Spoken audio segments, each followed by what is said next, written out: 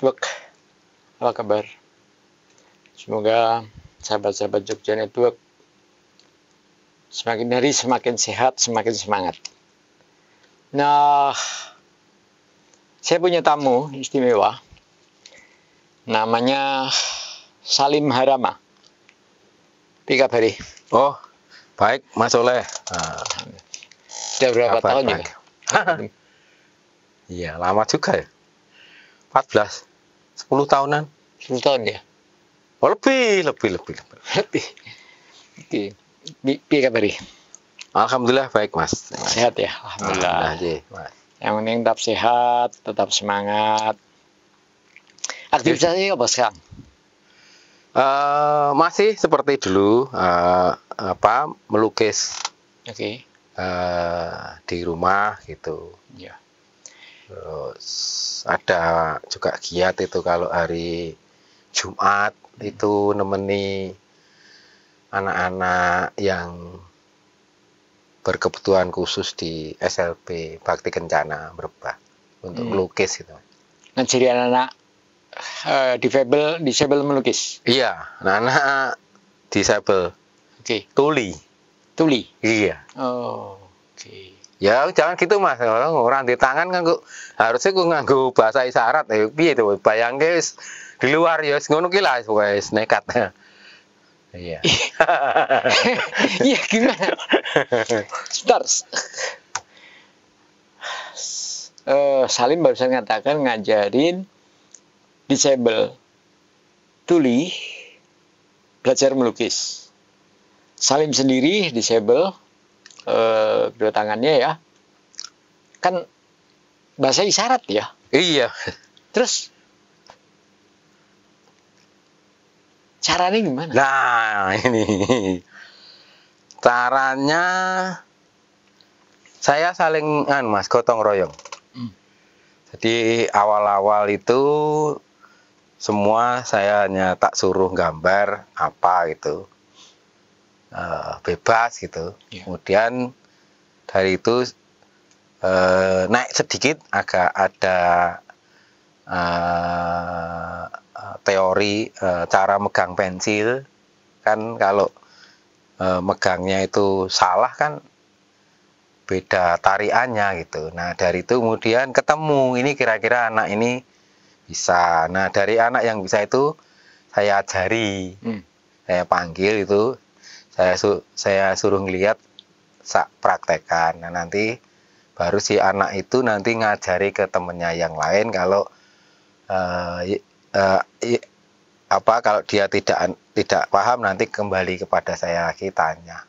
Minta dipraktekkan lagi gitu. Latihan on the spot. Langsung, Mas. Saat ini memang anak-anak ada yang kelas 4-5, ada yang sudah SMP. Oke. Jadi itu, Mas. Nah, punya kader dulu lah ya, punya apa namanya asisten dulu ya. Bukan asisten. Dari sekian murid itu kan bisa dilihat Mas. Kira-kira dia yang cara megang pensilnya gimana, cara narik garisnya gimana kan nanti. Oh ini anak ini nampaknya kalau diajak untuk belajar duluan, kemudian dia bisa nularkan itu mungkin. Nah, bisa gitu. Itu cara saya, Mas.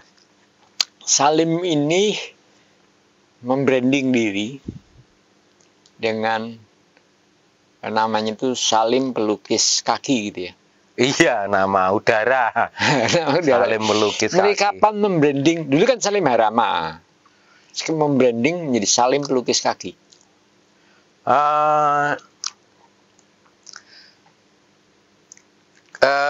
Karena gimana ya, supaya apa sih real aktivitasnya gitu. Oke. Gitu karena ketika kita harus menunjukkan diri kita itu apa yang kita bisa. Maka ketika orang mengetik ya, atau meset Salim pelukis kaki itu kan kemudian bisa muncul informasi apa yang tentang Salim itu aja. Kalau Salim Harama mungkin nanti dikira saya bukan orang Indonesia atau apa aktivitasnya kan masih bingung. Ya. Kalau udah kaki itu kan udah pelukis kaki, oh berarti ini orang melukis dengan kaki, berarti oh itu. Kalau Salim Harama ke Arab-Araban. Ke Arab-Araban. Itu. Ya.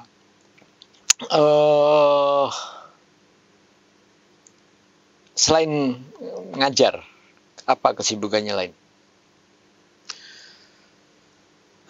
Ya. Untuk tahun ini kami di periode yang ketiga, saya di tahun yang, karena di Jogja ini sudah ada itu Mas, apa namanya, komite penyandang, komite perlindungan dan penghargaan penyandang disabilitas panjang, tapi orang seringnya nyebutnya komite disabilitas, itu yang SK-nya dari gubernur. Itu di Jogja saja atau di seluruh Indonesia sudah ada? Sementara yang sudah ada, yang tingkat provinsi itu kalau tidak salah itu baru Jogja, Bali, dan nampaknya Jakarta. Okay. Yang tingkat provinsi. Kalau sekarang kan sudah ada Komnas disabilitas itu. Nah, kebetulan saya di posisi di situ, Mas. Apa kegiatan di Komisi Disabilitas? Tupoksinya memang salah satunya adalah menerima aduan dan menyampaikan aduan, juga memberikan sumbang saran untuk perbaikan pelayanan publik khususnya untuk disabilitas. Kebetulan ya agak lucu ini tahun ini kita untuk pemberdayaan ekonomi memang kita sedikit, bukan kita mengesampingkan, itu kan sudah banyak ya teman-teman aktivis, dan kita dalam beberapa ini tentang isu yang kita angkat tentang kesempatan untuk menjalankan ibadah. Jadi kadang-kadang walaupun juga sudah ada fikih disabilitas, tetapi kan kita perlu kampanye, perlu sounding dan terus-menerus itu. Nah, misalnya tadi salah satu yang sudah saat ini sudah agak terontong-terontong itu nyata itu teman-teman Kemenak Bantul itu sudah beberapa giat ini kalau ada pernikahan tuli dengan tuli itu naib atau KUA-nya itu melibatkan juru bahasa isyarat, salah satunya itu. Kemudian kita juga minta itu yang sudah agak berjalan sudah beberapa tahun ini, kan karena ada kata-kata rusoh atau rusuh gitu, rusoh memberi keringanan kan, kemudian rusoh, keringanan ya, atau dianggap rusuh jadi kan rusoh itu kan kemudian itu dianggap itu. Nah kemudian kalau kan juga punya hak untuk tidak mengambil itu, karena dia juga ingin, katanya kalau mau ke surga kan juga di pintu di shop depan kan di sana itu. Nah kan itu baik. Nah juga kita berbincang dengan beberapa masjid agung, masjid jami ya, jami, dan itu juga sudah disupport oleh Kemenak Provinsi. Sekiranya masjid jami itu kalau setiap hari ibadah Jumat itu khotbahnya diharapkan ada juru bahasa isyarat, sehingga teman-teman tuli itu juga bisa menikmati atau bisa tahu isi bahasa isyarat. Bisa belajar lah ya dari isi khotbah. Tahu. Jadi kan kasihan juga kalau mereka karena ketidaktahuan itu kemudian mereka melakukan hal yang tidak benar gitu. Ya. Tadi yang masjid misalkan, kan memang sebagian besar kali ya masjid itu kan selalu bertangga ya, istilahnya berundak gitu. Iya. Berapa banyak sih masjid yang sudah aksesibilitasnya sudah bagus? Kalau secara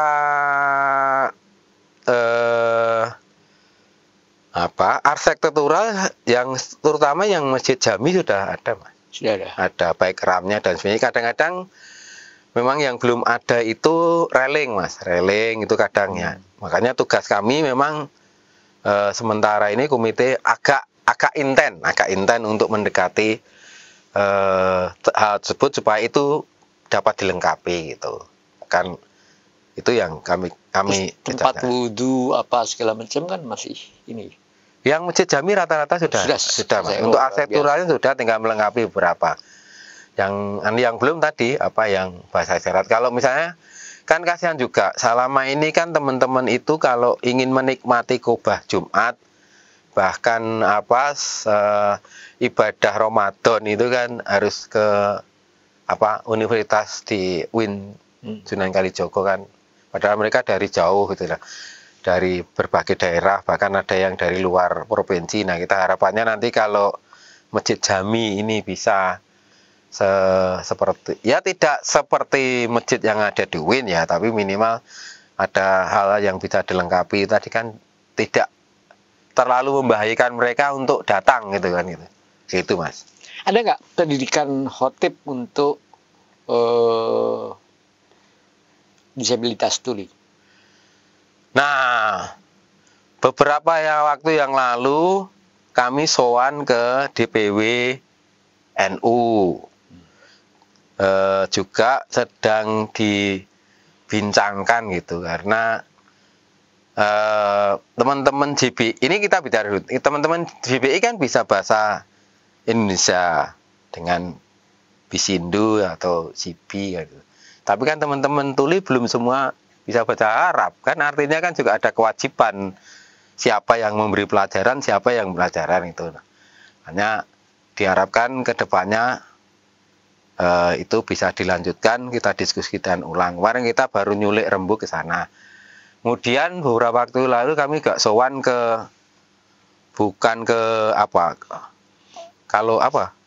Kanwil, namanya. Tapi kami langsung ke PP, ke PP Muhammadiyah, ketemu para dudang. Oh iya, kita harus berupaya menyelipkan atau membuatkan panduan khotbah bahwa itu untuk para harus dibuatkan itu kan. Kita juga berbincang itu dengan teman-teman, dengan bapak-bapak yang ada di PP, itulah Pak Busro yang nemui kami. Busro Mukodas. Iya, dibincangkan seperti itu gitu, Mas. Jadi biar ada penambahan wawasan bahwa disabilitas itu juga punya hak yang sama untuk menjalankan ibadah. Bahkan, Mas, kami juga sowan ke masjid Jogokaryan karena kami berpikirnya bukan kira-kira siapa yang bisa memberikan influence supaya pelayanan publik, pelayanan umat ini bisa untuk semua, gitu, Mas. Oke, keren ya. Ya. Selain bidang keagamaan, tadi sempat diceritakan ya tentang disabilitas yang sekarang sudah punya izin mengemudi. Oh, iya. Jadi itu ceritanya agak cukup panjang dan itu sudah komite dari periode pertama, periode kedua, dan alhamdulillah tahun ini diskusi yang panjang juga. Itu juga awalnya diawali oleh kemarin, Mas, COVID dan itu. Kemarin kan semua pihak diberi beban oleh negara kan. Kalau nggak salah kan itu oleh negara. Kira-kira negara, institusi-institusi yang bisa langsung ke masyarakat kan itu. Nah, teman-teman komunitas PPDI dan PPDI yang lain, PPDI apa? Kumpulan Persatuan Penyandang Disabilitas. Artinya itu juga bisa mengkolek ketika dimintai data kira-kira dari disabilitas ada berapa. Itu awalnya seperti itu. Tapi itu perjalanan laut, sehingga itu tetap terjadi working dan komunikasi itu. Nah, sekitar berapa bulan yang lalu Hari Bayangkara, teman-teman itu diundang untuk merayakan Hari Bayangkara di lapangan Pemda Sleman. Itu ceritanya. Nah, dari sana kita juga berbincang ringan. Ada diberi kesempatan untuk berbincang ringan dengan Bapak Kapolda, Pak Nainggolan nggak salah ya. Oke. Nah, kemudian secara resmi komite juga menghadap ya, bersilaturahmi atau audiensi lah istilahnya itu. Salah satu hal yang penting kami sampaikan adalah mohon dibantu untuk kelengkapan mobilitas. Dan kebetulan yang nemui tidak langsung Bapak Kapolda, tapi beberapa staf di Direktorat Bimas. Dan itu dia cukup gayeng ngobrol dan sebagainya. Nah, dilanjutkan lagi ketika ada apa itu namanya, kan sekarang ada Jumat curhat Di Pak Kapolda itu di Polresta Poltabes Yogyakarta. Nah, kebetulan salah satu komisioner dari Komite Disabilitas DJI itu ada dari Polda dan sekarang bertugas di Polresta Yogyakarta. Jadi melengkapi cerita-cerita kemudian bahwa itu kebutuhan itu sangat penting, dan alhamdulillah sekarang teman-teman itu bisa, karena salah satu isu yang dimunculkan atau permohonan lah, bukan isu, itu adalah diperkenankan untuk mendapatkan SIM. Dan dalam hal ini sungguh terima kasih sekali saya pribadi dan teman-teman, mungkin juga teman-teman komite, teman-teman disabilitas khususnya yang ada di Yogyakarta. Karena itu langsung serentak Mas, tidak hanya di kota tapi lalu dibantu di Gunung Kidul, di Sleman, DIY, bahkan saking apa ya, itu saya pribadi sampai apa namanya berbes Mas. Berbes milih bukan karena apa, bangga, terharu, itu karena teman-teman itu teman-teman itu berkumpul di Polresta Sleman dan dibawa ke Rumah Sakit Bayangkara untuk cek medis dan sebagainya, itu pakai armadanya. Itu yang saya tahu. Mungkin juga untuk Polres yang lain mungkin juga sama, cuma kebetulan saya yang mantau di grup WA dan kebetulan saya juga itu yang teman-teman Sleman yang cukup saya ikuti gitu. Mungkin yang lain juga mungkin sama gitu. Karena kan permasalahannya kemarin kan cek kesehatan dan sebagainya. Tapi kalau sudah ada goodwill dari Pak Kapolda kan, yang lain kan ya saya kira tinggal mengeksekusi, dan itu berjalan sampai sekarang Mas. Mudah-mudahan ini menjadi pelajaran yang baik dan juga bisa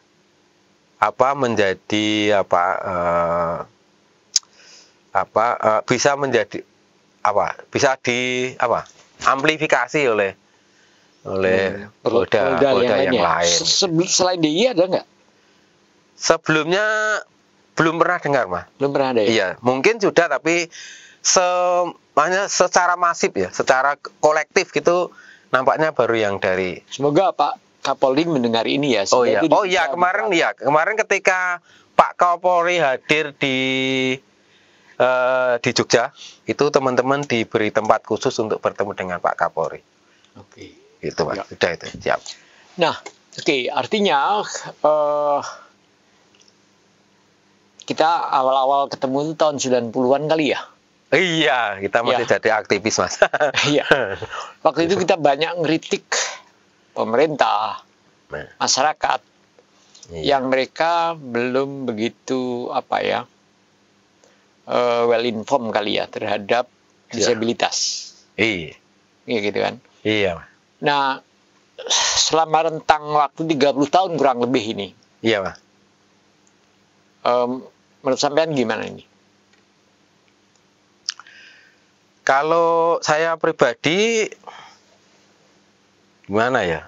Kalau sekarang sudah banyak perubahan yang welcoming ya, welcome-nya dan perbaikan pelayanan itu ya dari dibanding yang lalu, dan juga paradigmanya juga sudah agak berubah gitu. Kan kita tahu Mas bahwa ada satu cerita di tulisan itu kan mengatakan, saya kurang lupa bukunya siapa itu kan, bahwa disabilitas itu dari ada tiga paradigma, tiga pandangan, tiga sudut pandang, sudut kultural, sudut medis, dan sudut sosial ekonomi. Kalau sekarang ini yang ketiga-tiga ini kan sudah agak berjalan dengan baik. Oke. Jadi masyarakat sudah mulai ini ya. Iya Mas, kan kita juga sekarang sudah, masyarakat dalam hari ini teman-teman dunia usaha juga sudah welcome untuk memberikan porsi sesuai dengan aturan gitu. Tapi kawan-kawan disabelnya sendiri. Nah ini Mas yang jadi masalah itu. Ini mungkin karena takdir atau karena kodrat atau karena kebiasaan gitu Mas. Oh iya, oke. Teman-teman itu kalau suruh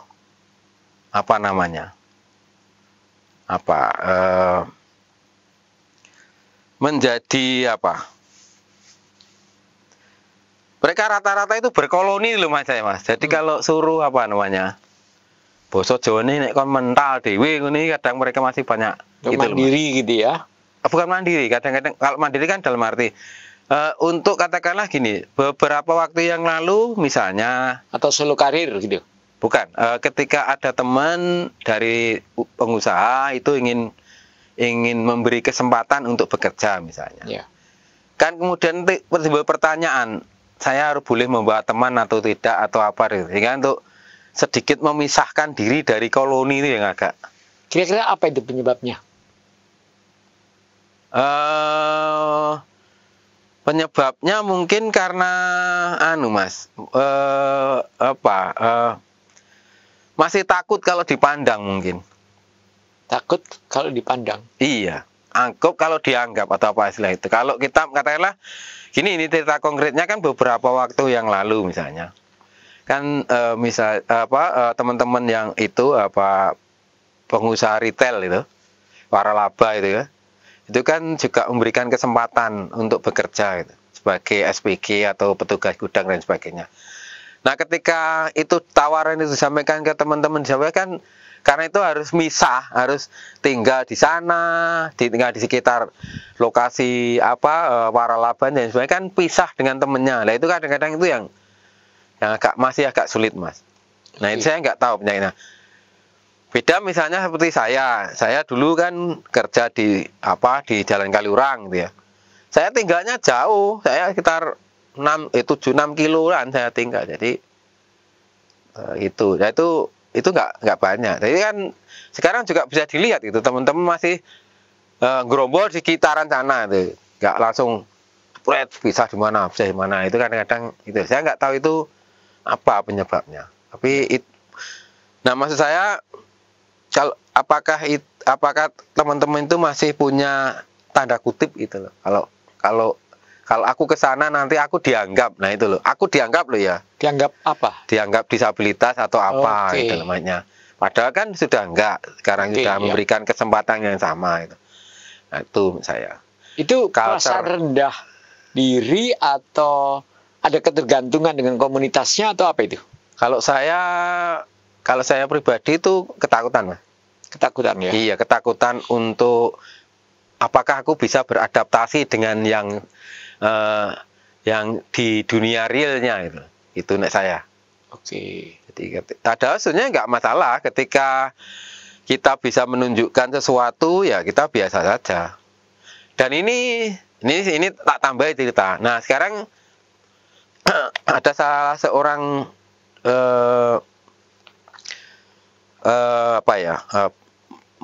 dampingan gitu ya, saya bilang mantan, saya enggak bukan ya. Itu sekolahnya itu orang Berbah. Sekarang sekolahnya di SMSR. dan kos di SMSR. Padahal tuli perempuan. Dia berani untuk fighter bahwa aku mampu. Nah itu loh Mas. Iya. Itu yang perlu dibangun. Itu ya karena ya mungkin karena tak bilang kamu harus itu mungkin. Jadi kata-kata menyemangati kamu bisa, kamu harus, kamu yakin itu harus selalu ditanamkan gitu supaya mereka punya kekuatan. Ya, ya. Itu karena seperti itu Mas. Menurut Oke. saya. Kalau sampean ini kan sangat mandiri ya. Kemana-mana Karena sendiri. keterpaksaan ini Mas. Ya ke luar kota sendiri. Kira-kira kawan-kawan disabilitas yang lain itu gimana tingkat kemandirian mereka itu? Jadi gini Mas, menurut apa yang saya tahu, kemandirian itu kan dipengaruhi oleh banyak faktor itu. Tapi faktor yang paling utama itu kan keluarga dan dirinya. Oke. Dirinya disabilitas itu. Dan faktor lingkungan itu baru faktor yang selanjutnya gitu. Ngapa seperti itu? Ketika dirinya atau disabilitas itu sendiri dan keluarganya itu sudah mengikhlaskan bahwa aku seperti ini, maka akan ada upaya bagaimana dirinya itu untuk survive gitu, untuk bisa tampil. Nah, itu untuk yang teman-teman disabilitas. Yang kedua, keluarganya. Keluarganya juga mengikhlaskan gitu bahwa saya punya keluarga atau punya saudara atau punya anak seperti ini, ya aku ikhlas. Ikhlas dalam hari ini apa? Berilah dia kesempatan untuk mandiri gitu loh. Oke. Sepenting ketika kita mencoba atau melakukan tes apakah anakku atau saudaraku bisa mandiri, ya kita berupaya untuk melepaskan gitu. Ataupun kalau yang paling sederhana misalnya untuk kemandirian aktivitas daily living, aktivitas keseharian gitu. Oke. Itu kan karena merasa kasihan maka selalu dibantu oleh orang tuanya gitu. Nah, artinya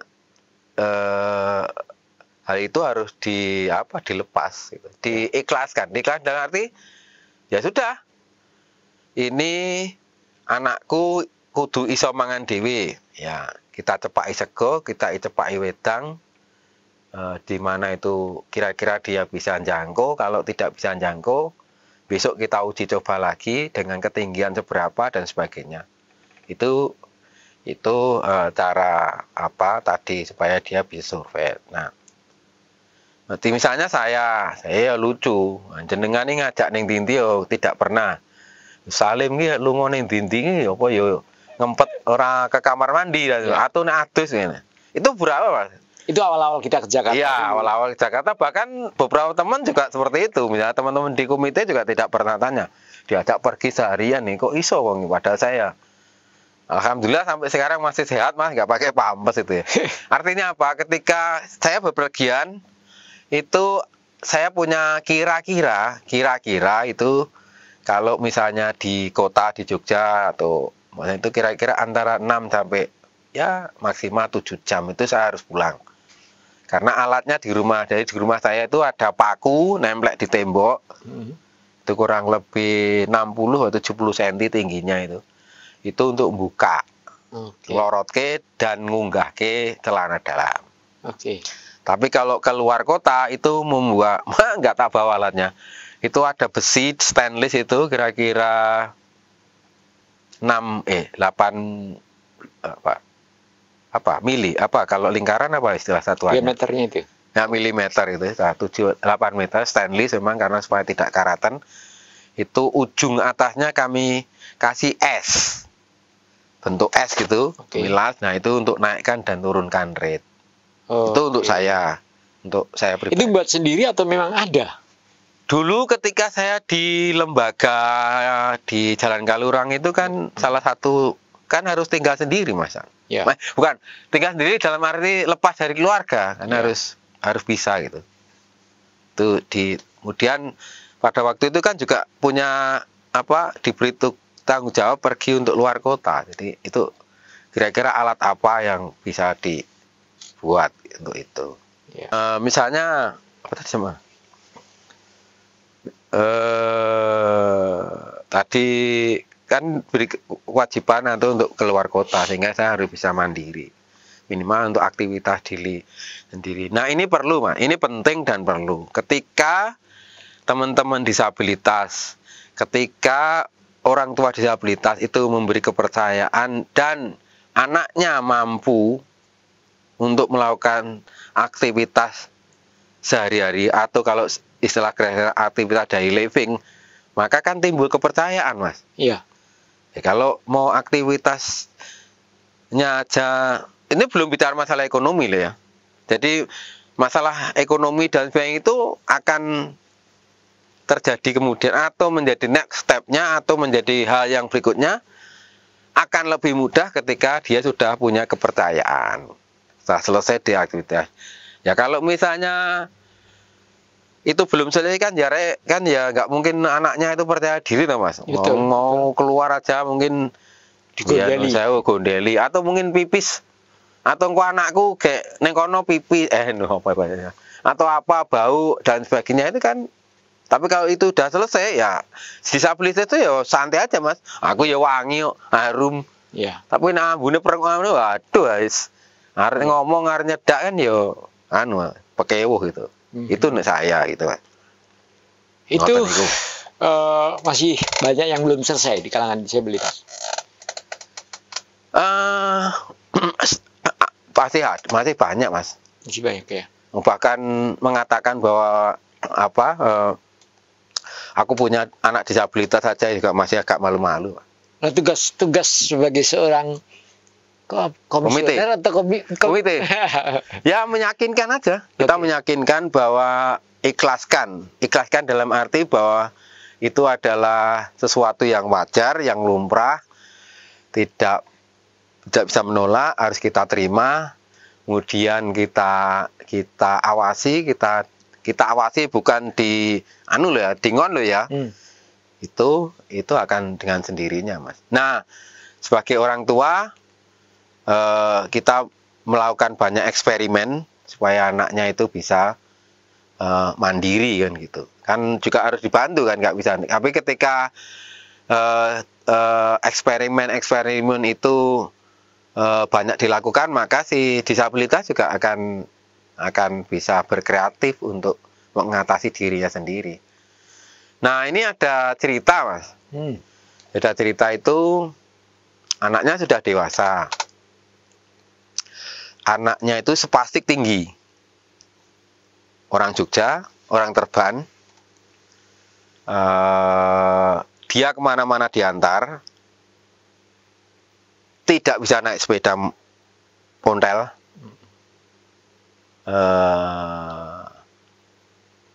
Nampaknya saya nulis tapi bahasanya bisa. Saya tidak tahu sekolahnya di mana. Itu orang tuanya belum ikhlas, awalnya belum ikhlas. Itu namanya CP, cerebral palsy. Mohon maaf Mas, saya cerita karena dengan sampel yang bagus untuk teman-teman dan juga orang tuanya itu karena anaknya sudah dewasa, itu laki-laki, karena tidak bisa kemana-mana, bisanya hanya jalan, dan kalau mau pergi kemana harus diantar, dan orang tuanya juga awalnya belum mengikhlaskan. Dalam hari ini belum mengikhlaskan, golek ketobe loh Mas.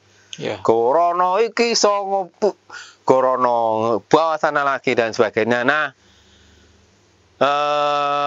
dan juga orang tuanya tidak dalam hal ini tidak menemani karena juga punya kesibukan itu ya, kesibukan untuk mencari ekonomi kan itu. Nah, marah, emosi, kalau marah itu dari cerita tetangga-tangganya lawang sampai karena namanya aja makannya ya dokoh kan. Tiba-tiba ketemu dengan teman-teman bercerita pada saya. Kemudian anaknya itu datang diajak ke tempat saya cuma tesnya sederhana, Mas. Ayo balapan apa mangan kacang. Oke. Nah, jenengan kan mesti bingung mangan kacang. Nah, ngonceki kan angel. Nah, sekarang sipis plastiknya tinggi piye? Kan yang angel loh, Mas. Ya. Nah, itu artinya itu tes. Yang kedua, ketika saya tawari minum selalu nolak. Saya ya tahu kalau dia menyala. Oke. Maka kemudian ini boleh minum, kamu harus minum. Apa? Saya tarikan cangkir plastik. Tapi saya lihat, oh goyangannya nemen. Oke. Kebetulan ini yang yang mengantar itu juga teman-teman dari pegiat sosial itu. Saya cuma sederhana. Aku nyun tulung. Nek iso goleke gratisan. Opo? Bocah iki renang. Oh, kok renang ya? Kungkum aku ngono. Okay. Nah, kungkum. Nah, kebetulan dia orang Terban dan ya. dekat di apa? Ini di Umbang Tirto dan itu juga masuk kelurahan Terban kan? Maka bisa kungkum. Oke, setelah kungkum, wis kungkum ya. Diuk neke apa? Oke. Sampean engko nek tak kongkon sampean mesti gawe ndok asin. Ya awalnya ya elek-elekan, Mas. Oh, ndok asin iki piye? Sampeyan ngerti lah, konsep ndeplok karo ngayak itu apa? Konsentrasi. Itu ajane motor iki ben konsentrasi. Oh, gitu. Engko nek wis iki engko iso didelok karena dia keinginannya iso numpak motor, Mas. Ya anak itu karena harus pergi gitu. Itu nah semua tahap dikerjakan, Mas. Semua tahap dikerjakan dan saya ngomong ya sederhana, Mas. Mbokmu pakmu ora ning nggonku aku ya ora apa-apa, wis tanggung jawabku. Tapi nek mbokmu pakmu rene aku ya matur nuwun nah gitu. Artinya awal-awal itu saya dengar dari tetangganya. Tapi saya udah bilang biarkan dia melakukan sesuatu dan jangan dibilangkan ke orang tuanya. Yang penting diawasi saja. Golek boto ya sampean ngerti to, Mas. Anakku kok golek boto dituthuk ya tetep siapa? Ya wong tua orang berbes milih, Mas. Iya. Itu ya, tapi sekarang bisa naik sepeda motor, bisa naik sepeda. Kalau nggak salah kemarin sempat ndok kasene awalnya ndok kasen ya saya ikut beli, ikut apa. Teman-teman saya suruh beli dan sebagainya. Tapi saya juga tahu ketika dari 100 ya mungkin ya sing utuh 30 ya aku ya ngerti nek rabati tapi kan konsepnya kan bukan jualan telur asinnya bathi kan. Konsepnya adalah konsentrasi motorik gitu. Dan sekarang bisa naik motor. Luar biasa ya. Walaupun motor udah 3, sekarang bisa pribadi dan sebagainya. Sempat berupa beraktivitas untuk tanam lombok dan di Glagah, sisa-sisa bandara. Tapi sekarang dia bilang Pak Salim setelah pengalaman panjang ini dan sebagainya, saya mohon maaf, saya tetap berkonsentrasi di Pantai Glagah ngumpulin sampah katanya. Dan itu minta maaf sama saya. Oh enggak apa-apa, tapi dia bilang sebetulnya aku tidak mau kamu itu, tapi kalau itu udah kamu niatkan itu ya monggo gitu. Dan kan sekarang dari itu dalam arti apa? Ya pantai itu. Oke. Sama pantai dan sebagainya. Bahkan sekarang karena sudah agak lama ini nggak ke rumah. Itu teman-teman yang punya lapak itu langsung memberikan kuota. Itu yang ngambil maksudnya itu. Ya, kalau ada. Ya. Nah itu sekarang udah giat. Tapi saya tadi berpikirnya adalah ke tempat saya itu pengen numpak sepeda onrail atau sepeda motor dan itu sudah tercapai. Perkara naik ekonomi kan saya juga nggak bisa, Mas, untuk ya, tapi ya. sekarang enjoy nampaknya ini sudah 2 tahun. 2 hari raya nih nggak ke rumah biasanya. Ya. Hari raya pasti ke rumah saya hello gitu, Mas. Itu cerita ya itu. Nah artinya apa? Bagi yang orang tua punya anak kebutuhan khusus atau apa itu ya diikhlaskan saja. Ikhlaskan, ditemani dan sebagainya. Konsep ikhlasnya itu seperti apa sih? Konsep ikhlasnya itu bahwa anakku seperti ini. Oke, terima aja kenyataannya begini. Iya, diterima kenyataan ini, diikhlaskan. Anakku seperti ini, ya tak openi. Kan juga ketika saya misalnya, ketika saya juga lahir normal, saya juga kalau wong Jawa ya jagone wong omah itu. Pada waktu itu saudara saya 6. Ya. Iya, perempuan 5, saya laki gitu. Saya anak laki-laki satu-satunya. Ketika saya nggak punya tangan ya gimana lagi ya. Orang tua saya kan juga saya ikhlas. Nah, kenapa saya bilang saya ikhlaskan itu kan, nek anakmu pengen seso iso urip, iso gede, anakmu, karena itu Pak Lurahnya pada waktu itu, anakmu dikirim ning YPAC Solo, ben sekolah ning kono, besok ben anakmu iso urip. Dan itu orang tua saya mengikhlaskan. Jadi saya pisah dengan orang tua itu, maksudnya pisah dalam arti tidak tinggal serumah, itu sejak tahun 80-an, Mas. Sejak usia 11-12 tahun. Itu artinya, itu maksud saya yang orang tua saya ikhlas. Walaupun dia nangis. Ya. Saya yakin mereka nangis. Wong anak rantai tangan neng YPAC Solo. Jadi saya itu lahirnya di Lor Kedungombo. Jadi kalau ke Solo ya kurang lebih 2 jam itu. Tinggal di sana. Anak nggak punya tangan, pergi sendiri, tidak ada yang dampingi. Tidak ada yang dampingi. Mikir orang tua. Mikir, ya. Artinya itu ya tak maksud ikhlas seperti itu. Jadi memberi kesempatan seluas-luasnya. Itu dalam arti ikhlas itu. Oke, kalau bisa dibedakan atau dipisahkan gitu ya, ada 2 disabilitas yang sejak lahir gitu ya, apa istilahnya itu ya? Disabilitas, ya. Sejak lahir gitu ya. Nah, sama disabilitas apa istilahnya? Accident. Ya. Dari sisi kemandirian, dari sisi karakter, dari sisi emosi itu ada perbedaan nggak? Kalau ada, Mas. Saya ngalami ada. Kemudian istri saya juga karena amputasi juga ada. Oh, kalau istri amputasi? Iya, amputasi juga karena buat teman-teman ya, istrinya Salim itu kaki ya? Iya, kaki 1. Kaki 1. Tapi amputasi. Nyupir kemana-mana beliau. Itu ya. Artinya kenapa saya ada karena kan ketika kita normal, artinya normal dalam arti itu kan aliran darah, jaringan darah kan normal, Mas. Karena amputasi kan ada sesuatu yang ditekuk ya. Mohon maaf ini kalau salah Pak Dokter. Mungkin Pak Dokter lebih tahu, tapi saya pengalaman pengalaman pribadi itu.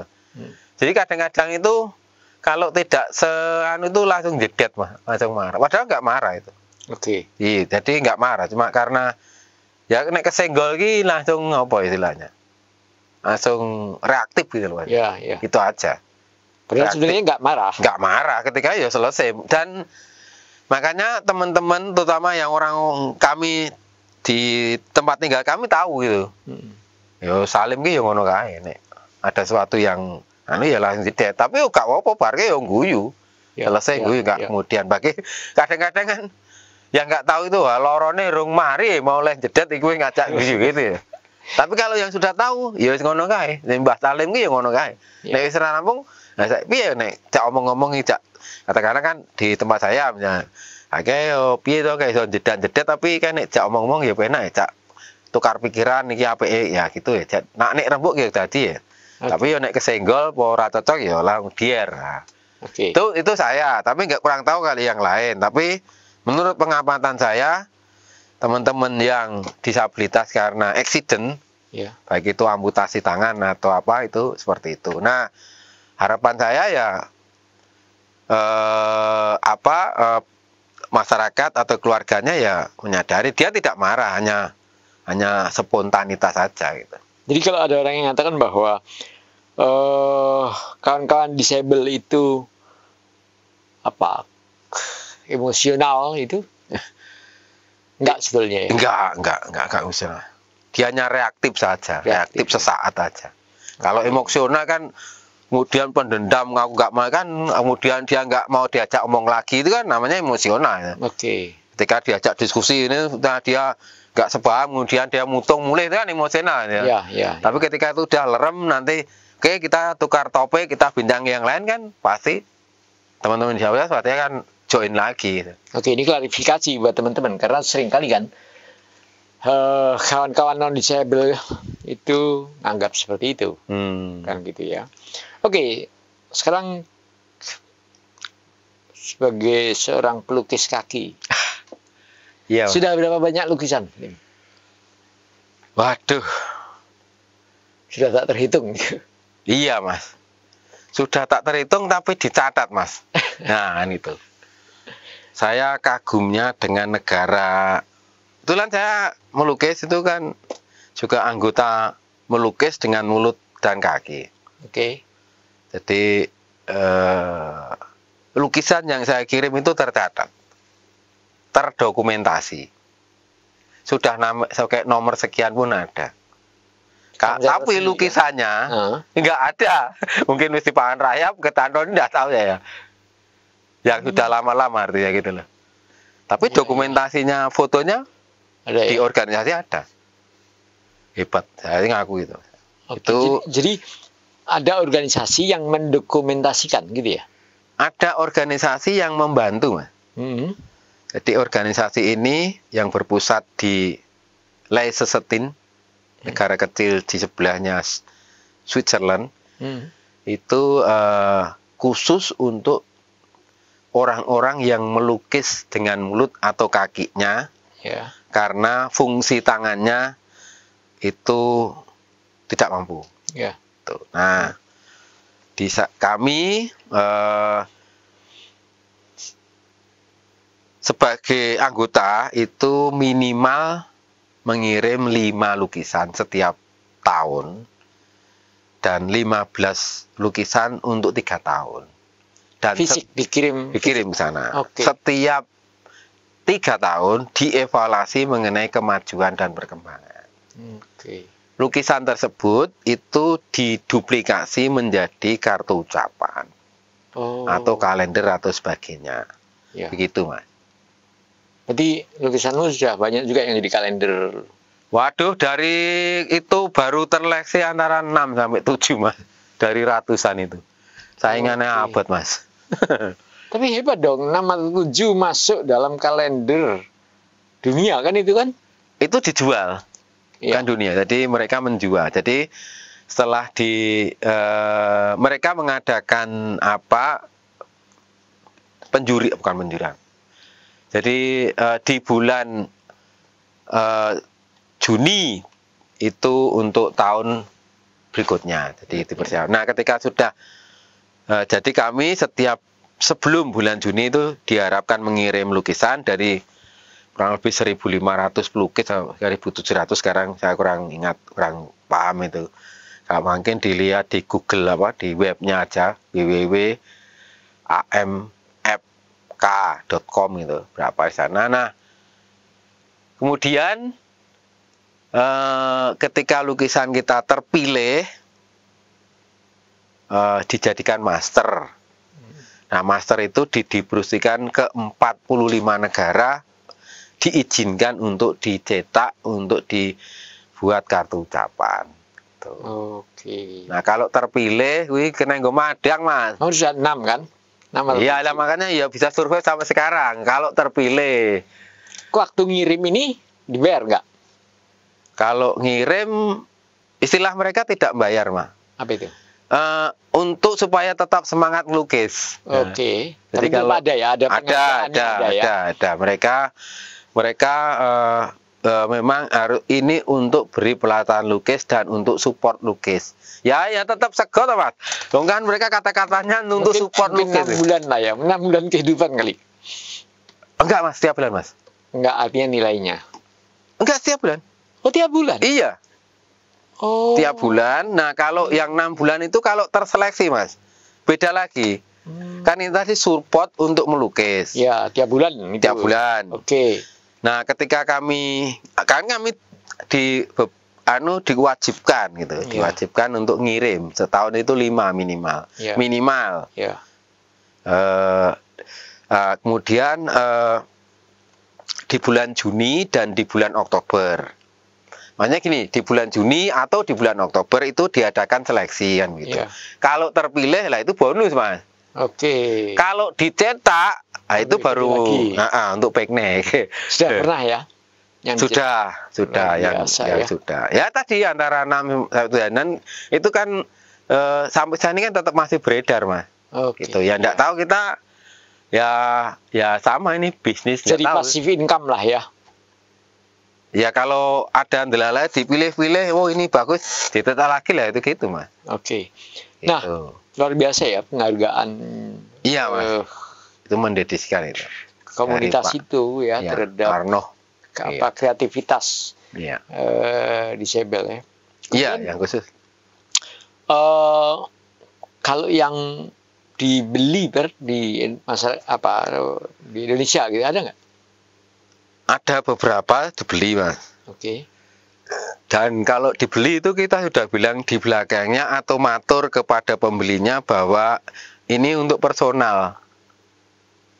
Jadi kalau misalnya itu dicetak, ya kami mohon kami tidak berikan. Jika Oke. misalnya dengan mau apa ya saya akan bilang mohon ini hanya untuk personal only.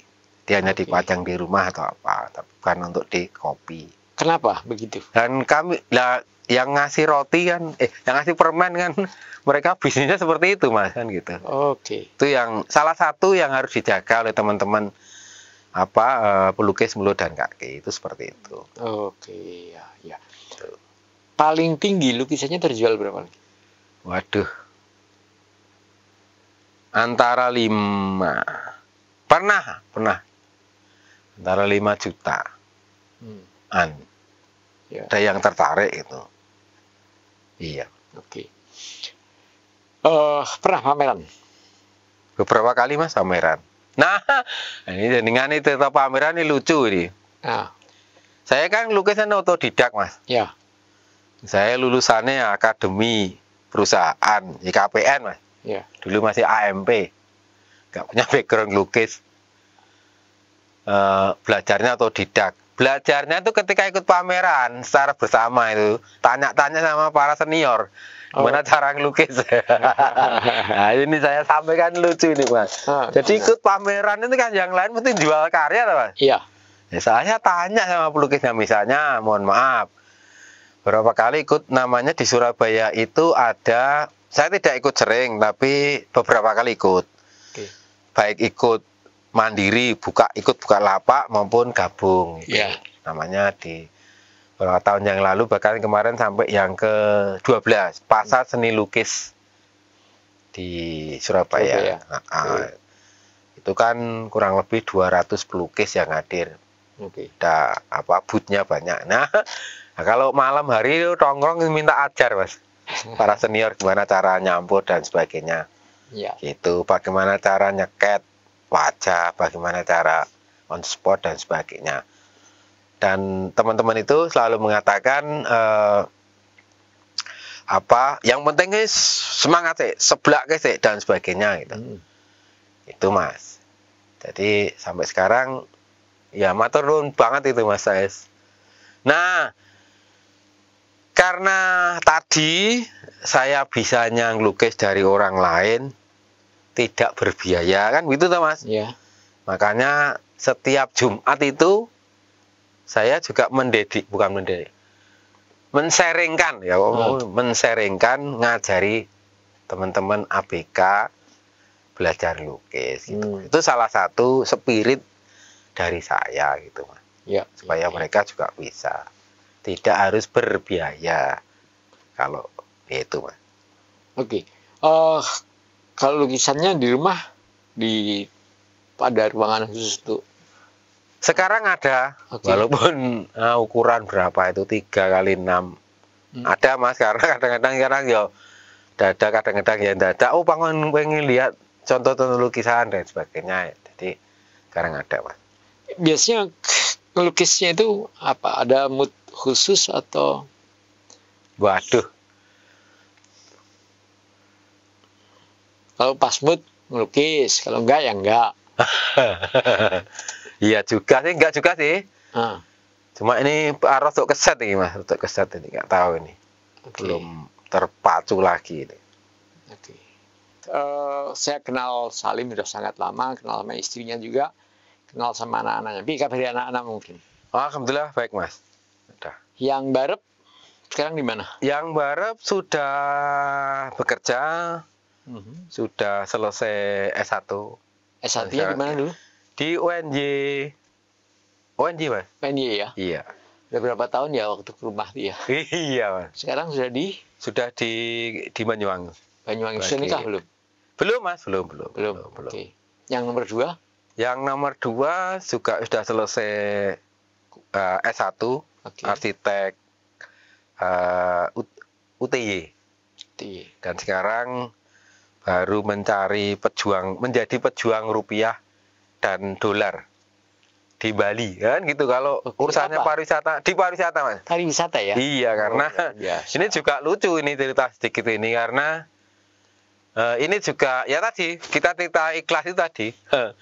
Mas, sampean pengen punya pengalaman menarik, menambah ilmu sampean, gak mau gambar hotel, yo sampean kudu ning Bali dan kerja di Bali, kamu akan tahu villa ki kaya apa, banglo kaya ngopo, penginapan kaya ngopo, hotel bintang piro kaya ngopo, kamare kaya ngopo. Suatu saat nanti akan ketemu. Nawa itunya seperti itu, dan sekarang sudah bekerja di penginapan kecil-kecilan, hanya kurang lebih berapa 20 kamar itu, tapi yang nginep itu khusus orang asing, sehingga dia tahu bahwa salah satu seorang asing adalah, menurut yang saya ceritakan, dia cerita pada saya, walaupun saya juga sudah tahu bahwa namanya number one itu adalah toilet harus bersih dan kering. Oke. Dia dapat pelajaran itu, Mas. Kalau dilihat dulu ya, kita bareng-bareng tahun 90-an sebagai aktivis gitu ya. Iya. Dan terus kita berapa kali ya, Bertemu, termasuk waktu gempa di Jogja. ya. Dari perjalanan itu semua, sekarang sampai ngelihat produknya anak-anak tadi itu gimana? Apa yang ada dalam pikiran?